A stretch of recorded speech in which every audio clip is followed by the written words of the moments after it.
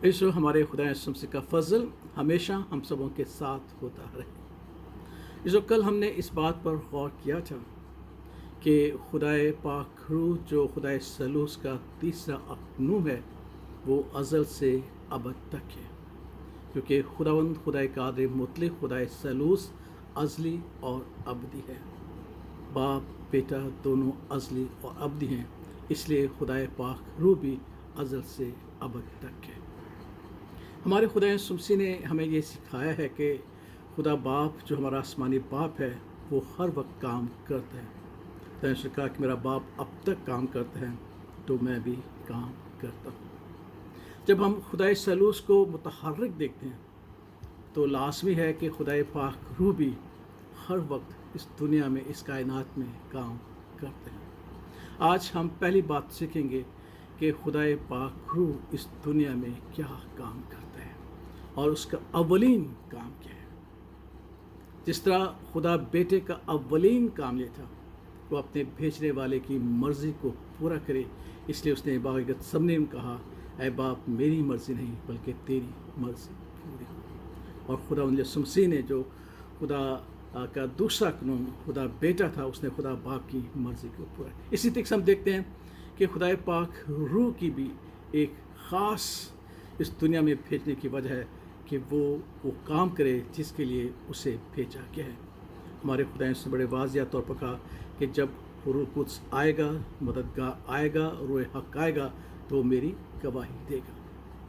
خدائے پاک روح کا جو اولین کام ہے وہ یہ ہے کہ وہ خدا یسوع مسیح کی گواہی دے اس دنیا میں، اور اس دنیا سے مراد ہے ہم بنی نوع انسان میں جو گناہ میں گھرے ہوئے ہیں، جو خدا سے دور ہیں، خدا سے بھٹکے ہوئے ہیں، ان میں خدا یسوع مسیح کی گواہی دے کہ خدا نے دنیا سے ایسی محبت رکھی کہ اس نے اپنے اکلوتے بیٹے سے محبت رکھی تاکہ جو کوئی بھی اس پر ایمان لائے ہلاک نہ ہو بلکہ ہمیشہ کی زندگی پائے۔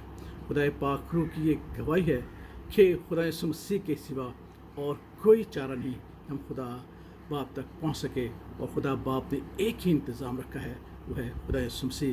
اس لیے خدا پاک روح کا جو اولین کام ہے وہ خدا یسوع مسیح کی گواہی دینا ہے اس دنیا میں۔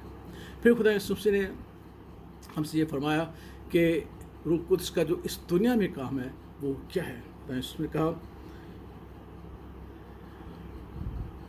لیکن میں تم سے سچ کہتا ہوں کہ میرا جانا تمہارے لیے فائدہ مند ہے، کیونکہ اگر میں نہ جاؤں تو وہ مددگار تمہارے پاس نہ آئے گا، لیکن اگر جاؤں گا تو اسے تمہارے پاس بھیجوں گا۔ وہ آ کر دنیا کو گناہ، راست بازی اور عدالت کے بارے میں قصوروار ٹھہرائے گا۔ گناہ کے بارے میں اس لیے کہ وہ مجھ پر ایمان نہیں لاتے، راست بازی کے بارے میں اس لیے کہ میں باپ کے پاس جاتا ہوں اور تم مجھے پھر نہ دیکھو گے، عدالت کے بارے میں اس لیے کہ دنیا کا سردار مجرم ٹھہرایا جاتا ہے۔ سو تین باتیں خدا اس نے ہم بیان کی کہ جو خدا پاک روح اس دنیا میں کرتا ہے۔ سب سے پہلی بات کہ وہ ہم پر ہمارے گناہوں کو ظاہر کرتا ہے، ہماری زندگی میں گناہ کا احساس پیدا کرتا ہے۔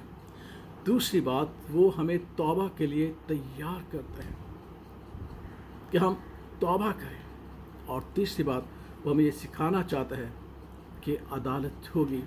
خدا جس نے محبت کی ہے، خدا جس نے اپنے بیٹے کو قربان کیا ہے، اگر ہم اس کا کہنا نہیں مانیں گے تو ہماری عدالت بھی کرے گا۔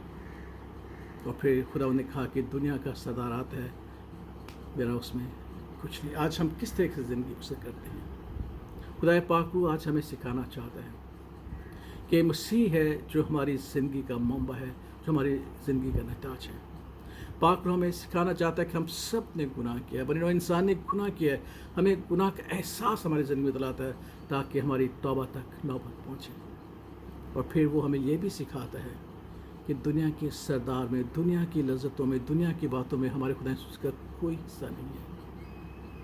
اگر ہم ان باتوں کو اگنور کریں گے، رد کریں گے، تو خدا پاک روح پھر ہمیں سکھاتا ہے کہ خدا کی سچی عدالت ظاہر ہو جائے گی۔